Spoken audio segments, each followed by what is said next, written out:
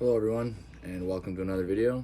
This video marks the beginning of a brand new video series that will focus on new gameplay changes and new features in Harry Potter Magic Awakened.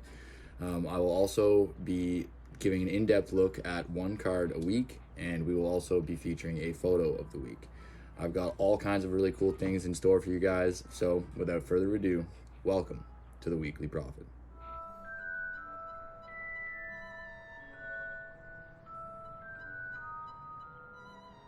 All right, first up, we're going to be looking at a brand new card, and that is going to be the Mythic Dumbledore card. I personally think this is a really cool card. When you cast him, he actually expands your cast range for some spells, and he also marks dark cards and curse cards and certain derivative spells. When that spell is used, it actually cast one more time, so it actually doubles up that spell. So if you're using Nevada or you're using a Crucio, it's essentially a Hermione, but at a higher cast range, which is super cool. And also when he gets damaged, he actually apparates to a different place in the field, and if you are standing next to him, you actually go with him. Okay, interesting. I was going to give you guys an explanation of the Dumbledore card with the info on my second screen here, but there seems to not be any info on the wiki, so I will have to do it off the top of my head. So, when using an Albus Dumbledore Echo, every 16 mana spent, you will gain a special card in your hand. It is going to cost 1 mana, and when you use it, it will actually replace all of the cards in your hand for randomized cards out of the entirety of the 86 cards available. They will all cost 2 mana to be able to use, and once they are used, they will be permanently added to your deck for 2 mana. Now, this can be very, very powerful if you get lucky. Unfortunately, the RNGesus kind of thing about it makes it very difficult to gain the cards that you want. I personally thought that it was based off of the cards in your deck. So if I was using really high mana cards, and I was hoping to get these in the randomization, they would cost 2 mana, and then they would be available to me for the rest of the match. Now, if you get lucky with something like a Thunderstorm or a Whizbang or an Orb of Water at the start of the match, and you have access to that 2 mana card for the rest of the match, that's great. However, it's not ideal if you want consistent results. All right, and moving on, we have this week's card feature, and it is none other than Kevin Farrell. He is the bookwormish son of a famous broom enchanter, and I personally think he is a little underappreciated in game right now, so we're going to give him some well-deserved love. When you summon Kevin, he keeps track of your basic attacks. So while you are basic attacking, he is on the board, he counts up, he has a counter, and you can also pair this with Time Turner, and you can also pair this with Obscurus. Now, when he is defeated or after 24 attacks, that base attack damage is added permanently to your character for the rest of the match.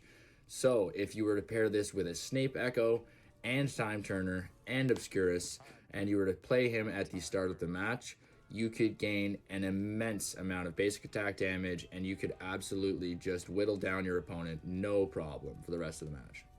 Now, you don't necessarily need to use a Snape Echo specifically when using Kevin Farrell. However, it is encouraged because Snape Echo also has a auto attack modifier.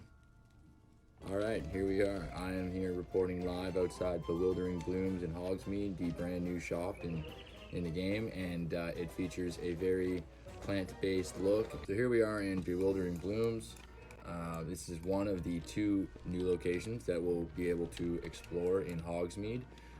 This is the herbologist shop of a C. Hubbard or something. I can't really remember his name. He shows up very quickly in the story. But really cool looking here. There's not, unfortunately, anything to buy yet. However, I believe that will be coming in the next update, February 21st. Now, speaking of new characters, there is another new character, which I believe her name is Astrid Cole, and she is a very ominous-looking goth girl. I mean, herbologist.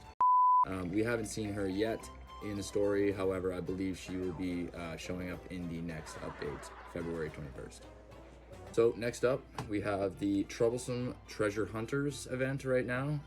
It's actually pretty cool. You get these little nifflers that you kind of have to go find with little clues.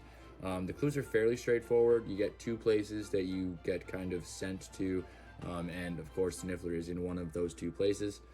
And then you have to actually deliver them back to Hagrid. I forgot or kind of didn't understand that at first. So you do have to bring them back to Hagrid to collect the rewards for that. And once you reach 10 Nifflers found, you actually get a ticket for the next mode that we're going to show you, called the Gringotts Race to Riches. Now, this game mode is really, really cool. When it first came out, I jumped into it for one, just to kind of see what was going on. Unfortunately, I didn't have any reward tickets. Now, you need to have a reward ticket to be able to get the rewards for this mode. You get them through the events and certain little things that are happening right now.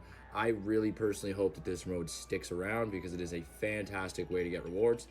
And I think it is one of the best ways possible to entice players to gain these tickets for these reward systems. So, big tip here. You have 2 item slots here on the side. You can use these slots, you can buy them for gems, but you can basically put in one or the other. I believe you might be able to put in 2 of the same, but I highly recommend using these as it gives you a longer duration and a faster movement speed within this game mode. So this game mode in specific is really cool. You start at this end of the room, as you can see on screen, and then you race into the vault closer towards the back wall. And as you get closer to the back wall, the rewards get greater and greater, as you have to only pick up certain items at a time, and then you run back to an area where you drop them off, and then they're safe and they're claimable at the end of the event. I think that this mode is a great mode. It's one of their best kind of releases recently. It's a great way to gain really powerful rewards in this game. And of course, everybody loves the idea of just walking right into Gringotts and taking something out of the vault. Next up is the themed dance. If you know me, you know this is not my favorite game mode. However, there are 2 new songs available to dance to, Enchanted Rhythms and Flutter of Flora. But it is worth noting, please make sure that you go to this screen here, Theme Dance, and you hit Dance Now down here. You get 5 attempts a day to beat your companion at one of these songs, and you get some special rewards there. The last time this happened, I wasn't able to beat the companion, so I did not get the rewards. It was incredibly difficult. Make sure you got your dancing shoes on if you're doing this one. Now we have the Helping Hand event. The Helping Hand event is also a really cool addition to the game right now. If your rank points are underneath 8100, which is around, I believe, the Grandmaster rank, it does not matter what rank your partner is. You can basically pick up somebody in silver, bronze, gold, doesn't matter what they are, and you can help them gain rank points that way. Usually the restriction is within the same rank segment. Also, be sure to check out your season shop in your respective common room. These items should be updated throughout the season to give you different little new goodies for the season exclusive currency. So one of the last new features to show you is actually squads. This just was added to the game, and it gives you a new ability to gather players, and you get a bar that fills up based on your gameplay. And you can only gain a maximum of 1,250 points a week, I believe, which is a little weird because as you gain this level, you actually get the chance to have more people in your squad. But there are all kinds of ways to actually get squad points. You can win duels, do the Forbidden Forest levels, you can actually do classes and get points as well, and dancing. But I believe every time you get these points, you have to be in these events with your squad members. And then you actually get some exclusive emotes and an exclusive load screen when you do dueling with your partners in your squad. As a little added bonus here, we're going to do a Club Adventure rank update each week. Club Mexico is absolutely just taking it away with 88 million points. We have Nom Nom in second, and Makusa in third. We also have some of my friends, the Wicked Psychos, and my club, Ministry of Magic, in 7th and 8th. And we have, where are they? Oh, they are dropping down. Where are you guys, man? You gotta be down here somewhere. Holy, The fall from grace. Order of Phoenix. Whoa! There you are. Sitting pretty at 20. Now, all jokes aside, I don't mean to play favoritism or anything, but I will be keeping track of that throughout the weeks, and I will be hopefully updating you guys on a few of those clubs that I mentioned, as I have a bunch of friends in there. And here we are, back where we started. I think that's going to be it for the video, guys. Thanks for watching. We're really hoping to do this once a week to kind of give you a taste of what's new and what's to come in Harry Potter Magic Awakened. So thanks for watching, and I will see you guys next week.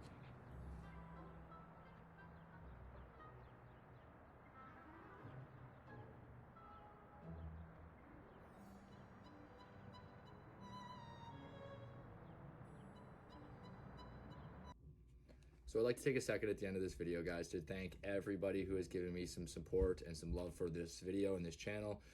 It really means the world for me. This is brand new.